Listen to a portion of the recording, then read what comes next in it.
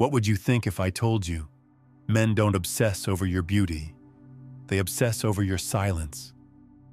Not the loud kind of silence that tries to be noticed, but the quiet kind that slips into the air without warning. The kind of silence that doesn't punish, doesn't seek revenge, and doesn't ask to be understood. It simply steps away. And in doing so, it creates a space so hollow that it echoes. She didn't leave with rage. She didn't cry or plead. She simply disappeared. No announcement, no warning, no trace. One day she was there, glowing quietly in the background of his life. The next, she was not. And her absence spoke louder than all the words she had ever said. He didn't notice it at first. He thought she was just giving him space, being calm, being patient. But days passed, then weeks, and the mirror he once used to admire his reflection had gone missing. Her attention, once so freely given, was no longer there to reassure him. Her voice, once so familiar, now lived only in memory. Carl Jung believed the ego thrives on reflection. A man needs someone to project his strength onto, someone to confirm the story he tells himself. But when that projection fades, when the woman stops reflecting and starts remembering who she truly is, the illusion collapses. This is not about heartbreak. This is about a deeper fracture. It is about the moment when a man realizes the woman he thought he had was never his to begin with. That what he loved was not her, but the version of himself she allowed him to see. Stay until the end. Because while she may be gone, the questions she left behind still whisper in the quiet. She used to check her phone every few minutes, hoping for a name to appear on the screen. Not because she was desperate, but because she had been taught that love was measured by presence. That if she cared enough, gave enough, waited long enough, he would finally see her. She sent the thoughtful messages. She listened when he spoke, even when he didn't ask how she was. She shaped herself around his moods, his needs, his silences. And in return, he gave her unpredictability. One day warm, the next distant. One moment she was everything, the next she was too much. But she stayed. Because women are told that staying proves devotion, that love is sacrifice, and sacrifice is noble. So she made herself small. She dimmed her intuition. She waited for him to realize what she was offering, but he didn't, because what is freely given is rarely valued. And he never had to reach for her. She was always there, too available, too forgiving, too easy to access. He never had to wonder where she went, because she never left, never even pulled back. And in time, he stopped looking at her altogether. She became the background noise to his life. Predictable, safe, invisible. And that invisibility began to ache, not like a wound, but like a slow erosion. She started to notice how often she paused her own needs to accommodate his, how she excused the emotional absence, told herself he was just busy, just tired, just misunderstood. She rationalized the lack of effort, the forgetfulness, the long pauses in conversation that used to be filled with warmth. She clung to the good moments, replayed them like old songs, hoping they would return. But deep down, something inside her had begun to fracture. Not in rage, not in bitterness, but in exhaustion. This wasn't about one argument or one betrayal. It was about all the little ways she had disappeared while trying to be seen. All the moments she betrayed her own intuition to hold onto a connection that no longer held her. The quiet heartbreak of being present but unseen, of offering everything and receiving almost nothing in return, of being treated like an option while making someone else the center. And then, one day, she stopped. Not because she stopped caring, but because she started remembering herself. It didn't happen in a dramatic moment. There were no slammed doors or final texts. It was quieter than that. More sacred. She simply reached a point where the silence she was receiving no longer felt mysterious. It felt empty. And she realized her presence had become a convenience, that her love had become background music. So she turned it off. She didn't do it to teach him a lesson.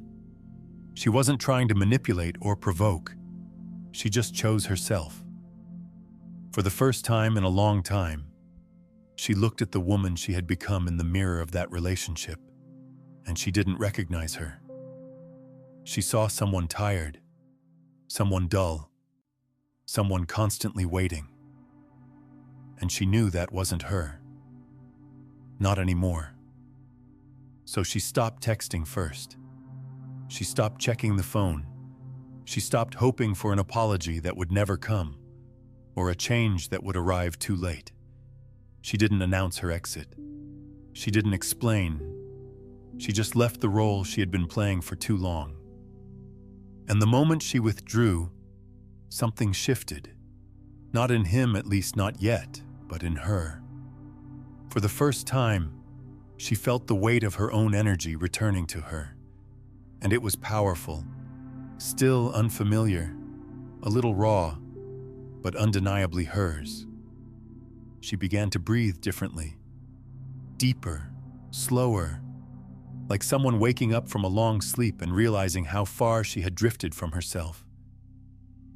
There was no hatred in her chest, only a kind of gentle mourning for the parts of her she had silenced just to keep the connection alive. The jokes she held back so she wouldn't seem too intense. The truths she swallowed so she wouldn't come across as needy. The opinions she softened so she wouldn't threaten his comfort. It became clear to her how much energy she had spent dimming her own light in hopes that he would shine it back on her. But he never did, because he didn't have to. She was always the one lighting the path, initiating the conversation, holding the emotional weight. And the more she gave, the more invisible she became. She realized something cruel but honest. When you give all your light to someone who never asked to carry it, they will eventually resent the brightness. Not because you are too much, but because they never wanted to be seen so clearly. And when you reflect their darkness without judgment, they begin to forget that you were once full of color too. There was a time she thought her softness was a flaw, that her capacity to feel so deeply, to care without condition, to believe in the goodness of people, made her weak. But now she saw it differently. Her softness was not the problem. It was offering it to someone who couldn't hold it that had hurt her. Her vulnerability was not the mistake. It was trusting it would be honored by someone who hadn't even honored his own. The moment she stopped trying to be chosen was the moment she began to remember her power. Not the loud, performative kind, but the quiet knowing that her worth was never meant to be proven in the first place. She was not a question waiting to be answered, nor a wound begging to be healed by someone else's touch. She was not created to complete a man's journey or to be the muse of his unfinished transformation. She was whole, and somewhere in the silence, she found that wholeness again. He wouldn't notice at first. That's the tragedy of patterns. When someone is always there, their absence takes time to register. But eventually, he would notice. In the stillness between messages. In the hollow sound of conversations, where her voice used to soften the edges. In the way his reflection started to blur without her eyes holding it in place. And by the time he realized what he had lost, she would no longer be waiting. She was done being a mirror. She was done being a placeholder. She was done pouring her magic into a vessel with holes in it. There was no revenge in her silence, only return. A return to the woman she was before she handed her soul to someone who only wanted a shadow of her. He did not panic when she went silent. At first, it felt familiar. A quiet spell, perhaps. A moment of distance she would soon recover from. He had seen this before. She would retreat, then return. It was a rhythm he had come to expect. So he waited. Not with urgency, but with the comfort of assumption. He believed she would come back, because she always had. What he did not understand was that this time, her silence was not a pause. It was a turning point. It was the moment the mirror shattered. Carl Jung spoke of projection as an unconscious act of assigning our internal images onto others. For a man, this often means projecting his inner feminine, the Anima, onto a woman he finds emotionally significant. She becomes more than herself. She becomes an ideal, a balm, a symbolic figure who reflects his sense of self and calms the dissonance he cannot name. Her attention becomes a source of validation. Her softness makes him feel strong. Her presence makes him feel real. But this is not love. It is dependency disguised as connection. He is not truly seeing her. He is seeing himself through her. As long as she responds, nurtures, and reflects, the illusion holds. But when she changes, when she begins to pull her energy inward, when she no longer reacts as expected, something in him begins to tremble. He cannot name it, but he feels it. A hollow space where his identity once echoed back at him through her gaze. Her silence is not simply quiet. It is a kind of rupture, a break in the narrative where he is no longer affirmed, no longer stabilized by her emotional presence. He finds himself looking for signs, reviewing old conversations, replaying her words not to understand her, but to regain a sense of himself. Who was he? Without her constant response, what part of him had grown dependent on her recognition? In her absence, the ego loses its favorite mirror. He begins to feel uneasy, restless. Not because she hurt him, but because she stopped allowing him to avoid his own emptiness. When she was there, her empathy softened the edges of his fear. Her presence masked the parts of himself he had not yet faced. Now, without that buffer, those parts rise to the surface. They do not scream, but they linger, quiet, unresolved. This is where obsession begins. Not with her body or her words, but with the version of himself that no longer feels whole. He wants her to return not just to feel loved, but to feel like himself again. Her silence is not just a withdrawal, it is a mirror turned inward. And what he sees there is not comforting. He tries to dismiss it at first, tells himself she is being dramatic, that she will come around. He clings to logic, to old patterns, to the belief that her silence is temporary. But something feels different this time. It is not just the absence of words. It is the absence of energy. Her attention no longer circles around him. Her eyes, once filled with careful presence, no longer look his way. He begins to feel something unfamiliar. Not anger, not sadness, disorientation. Without realizing it, he begins to seek out traces of her. He reopens old messages, stares at the photos she once sent, revisits conversations where she reflected back the best version of him. But they feel distant now, hollow. He cannot feel her anymore. And in that void, he starts to question himself. What did she see in him to begin with?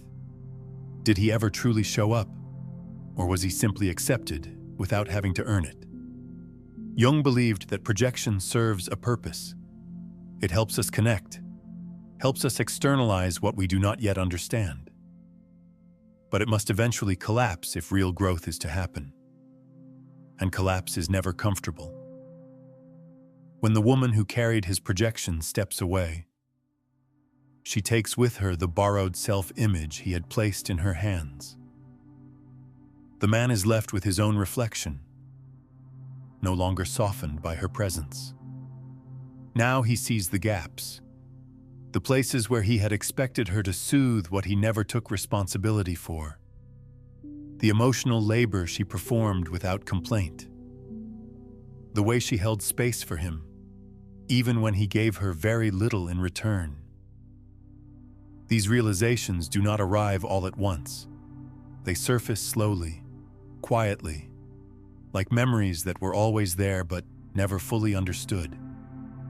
What begins as discomfort turns into preoccupation. He tells himself he is over her, yet she lingers. Not because of something she did, but because of what she stopped doing. She no longer holds the emotional center. And in losing her, he begins to lose the illusion that he was ever truly whole on his own. Imagine a woman walking into a dense forest alone. Not in fear, not in defeat, but with the quiet certainty of someone who has chosen herself. The path is narrow, overgrown, unfamiliar. There are no signs to follow, no voices calling her back. Only silence and the sound of her own breath. This is the image of departure that men often misunderstand. They think she vanishes to punish, to manipulate, to create longing. But her disappearance is not about him. It is about returning to the place where she can no longer be used as a mirror. When she disappears, the man is left standing at the edge of that forest. He does not follow. He cannot. Because the journey she has taken is not a physical one. It is symbolic. She is no longer available to carry his unconscious. No longer willing to reflect back the version of himself he prefers to see. In Jungian psychology, the anima serves as the key to a man's internal world. When she is projected outward, onto a woman, she becomes the source of comfort, validation, and emotional resonance. But when that projection is withdrawn, he is forced to face what has always been there. The forest becomes a symbol of the unconscious, the place where the shadow lives, the part of himself he has rejected, feared, or denied. As long as the woman was near, her presence covered that terrain like fog, softening its edges, making it easier to avoid. Now, with her gone, the fog lifts. He begins to see the landscape clearly, and it unsettles him. The shadow is not evil. It is simply unknown. It is composed of everything he has disowned. The vulnerability he was taught to hide, the fears he was told to ignore, the neediness he buried under silence. Her presence once distracted him from these truths. Her absence now magnifies them. He begins to feel the weight of what he once avoided. Not all at once, but in fragments, in the silence of his apartment, where her laughter used to echo, in the way his thoughts drift back to her presence. Not because of romance, but because of how safe he once felt standing next to someone who understood him without asking. He starts to see how much of himself he had hidden behind performance. The charm, the strength, the casual indifference. These masks no longer hold the same shape without her gaze to affirm them. In Jungian thought, the ego is fragile when built on reflection alone. It requires depth to sustain itself, and depth only comes from confronting what lies beneath. Her absence has cracked the surface. Now the unconscious begins to rise. He may resist it. He may distract himself. But sooner or later, the image of her walking away becomes more than a memory. It becomes a question. Why did she leave, and deeper still, what did her leaving reveal about him? This is the power of symbolic loss. When the person who held space for your hidden parts vanishes, you are left with those parts exposed. She once carried his silence, his fears, his softest places. She did it unconsciously, out of love or habit or hope. Now, without her, he must decide whether to pick up what she carried or continue living fragmented. The forest remains. The path waits. But it is not hers anymore. It is his. She is no longer the light in his story. She has become the absence that outlines his shadow. And in that outline, he can finally see himself for what he is. Not broken, not abandoned, but unfinished. She did not leave to teach him a lesson. She did not retreat as a performance or a silent ultimatum. She left because something within her had quietly, irrevocably shifted. Not in a burst of anger, but in the still ache of self-recognition.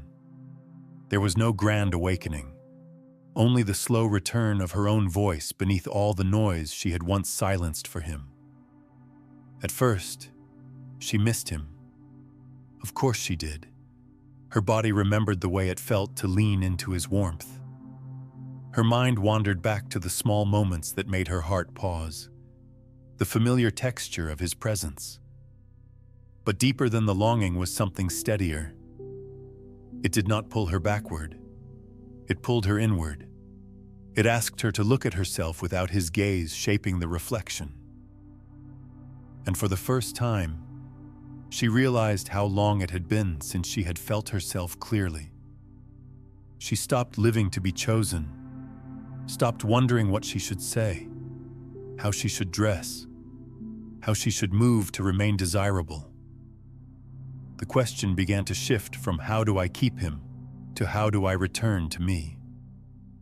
The energy she once poured into decoding his silences, softening her truth, shrinking her wildness, now began to flow into her own roots.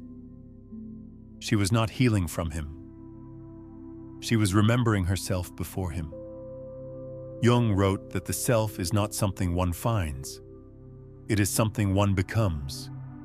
And she had been becoming everyone but herself for far too long.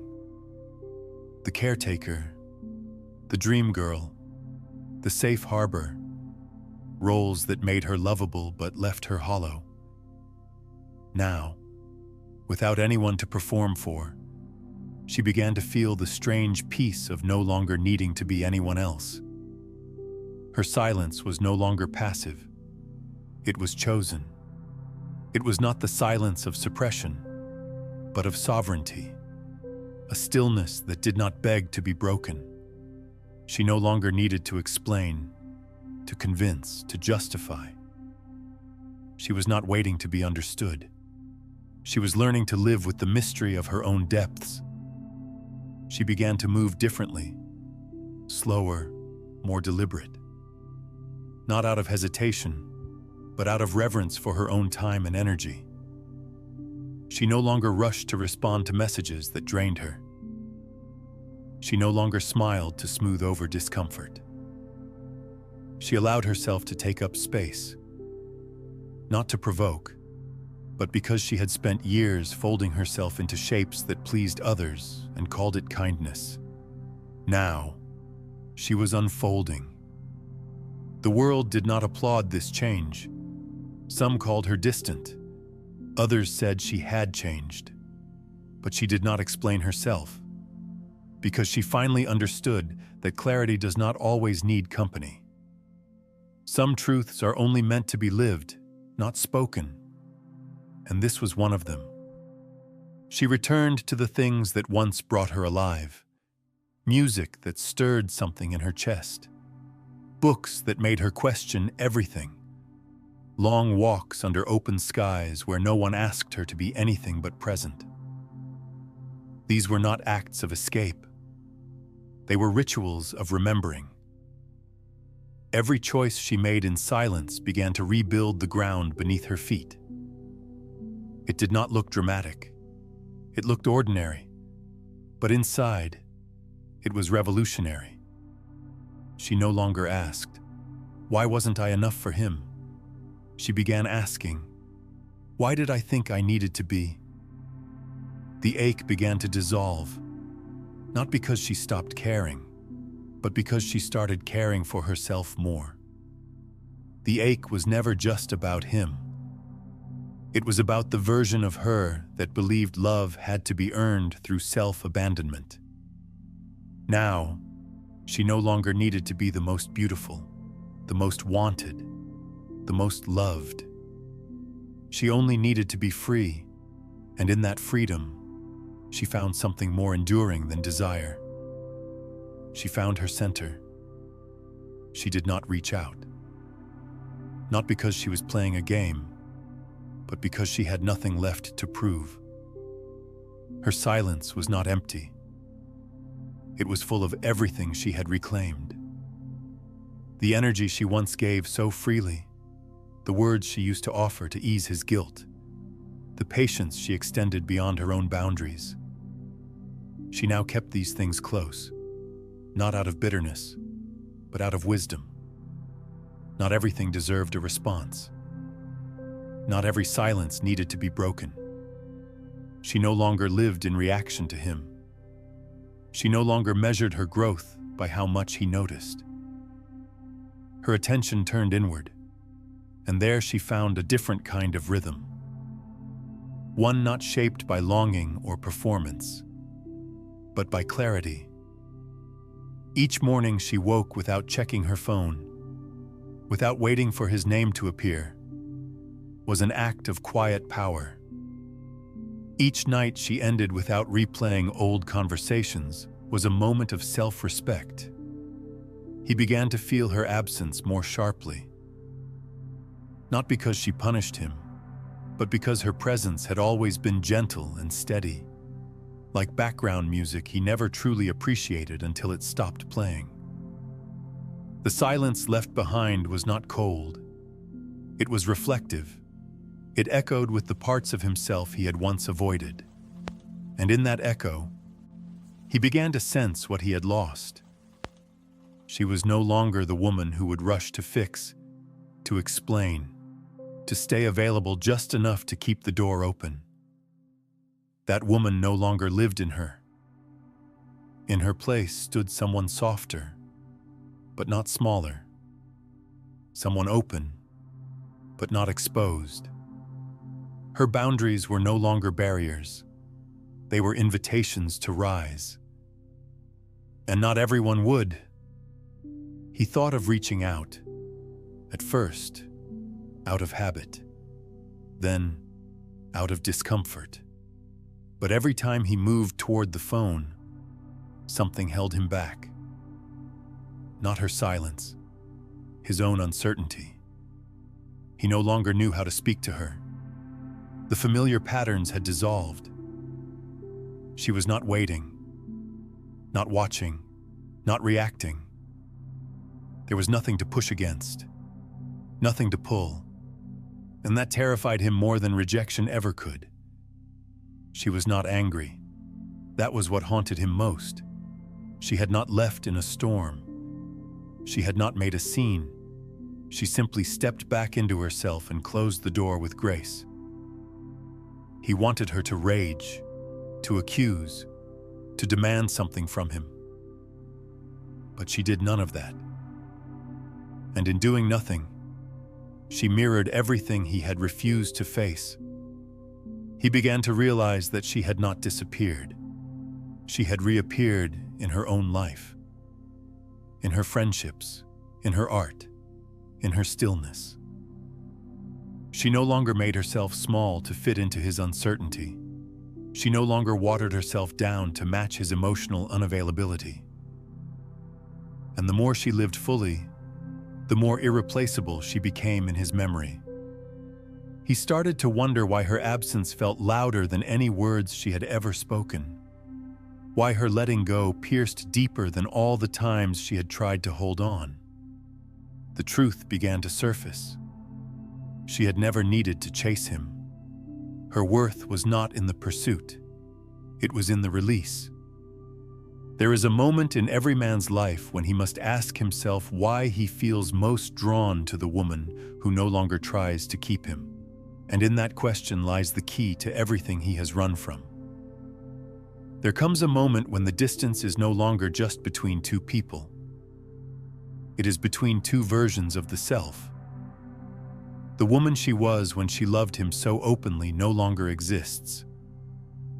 The man he was when he took her for granted is now confronting a silence that refuses to negotiate. What remains is the echo of everything that was not said.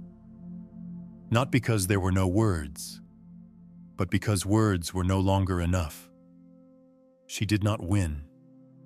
He did not lose. This was never a game. It was a reckoning, a quiet, powerful unfolding of truth. She loved him deeply, but she had to leave to love herself more. And he missed her. Not for the usual reasons, but because without her, he no longer recognized his own reflection. He began to see the parts of himself he had only ever seen through her eyes. And now, he had to learn to see them alone. The woman who used to be predictable, available, endlessly forgiving, became a mystery. Not because she hid, but because she stopped explaining herself. Her absence was not an act of revenge. It was the final stage of awakening. She no longer needed to be understood. She only needed to be whole.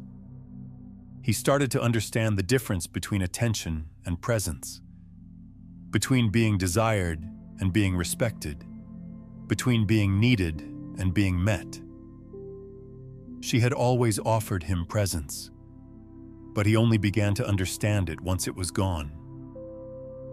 And in that loss, he began to grow. This was not about who reached out first. It was about who reached inward. She had already taken that journey. He was only beginning. He thought back to the way she used to look at him, not with longing, but with depth, as if she saw past the surface, past the performances, into the parts of him even he refused to name. At the time, he mistook it for intensity. Later, he would understand it was love, a kind of love that demanded nothing but presence, a kind of love that becomes unforgettable only after it is gone. She no longer lingered in his life, but her absence traced outlines around everything he used to ignore. He began to notice his own silence, how often he swallowed his feelings, how easily he dismissed tenderness, how afraid he was to be truly seen. She had seen him, long before he was ready to be seen.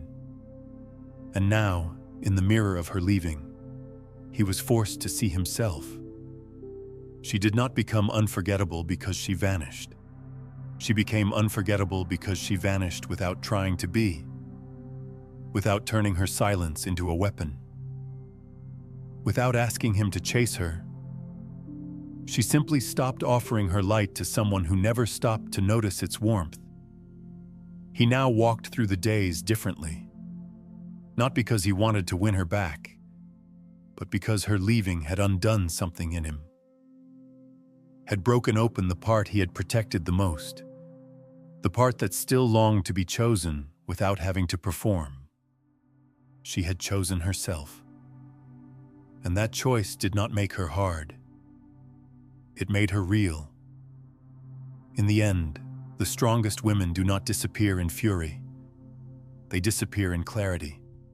And the men who once believed they could return to them at any time eventually learn the truth. She was never waiting. If this story has reached you, it is not by accident. Perhaps you have been the woman who vanished. Or perhaps you are the one who now feels the absence. Either way, something deeper is asking to be heard. Not from the noise of longing, not from the cries of regret, but from the silence that remains when all illusions fall away. There is a kind of freedom that comes when you no longer ask to be chosen. When your value is no longer tied to someone else's readiness. When you no longer wait at the door of someone who only ever saw you through the lens of their need. You do not disappear to punish. You disappear to return. Not to them, to yourself. This is not the end of a love story. It is the beginning of something quieter, something real. The story of a woman who no longer needs to be reflected to feel whole. The story of a man who must now meet the parts of himself she once held for him. And in that meeting, something true is born. Not through chasing, not through fixing, but through stillness.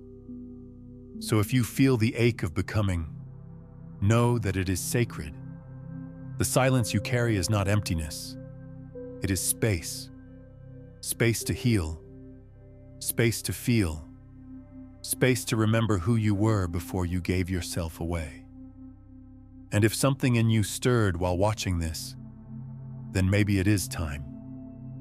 Time to stop chasing what is already gone. Time to stop offering your light to hands that will not hold it. Time to choose yourself the way no one ever taught you to. Share this with the woman who is on the edge of leaving. Share it with the man who never understood why she left. And if you haven't already, subscribe to this space. Because here, we speak to the parts of you that no one else sees. The woman who vanishes does not vanish forever. She is not gone. She is simply walking home. Quietly, powerfully, on her own terms, and she will never be forgotten.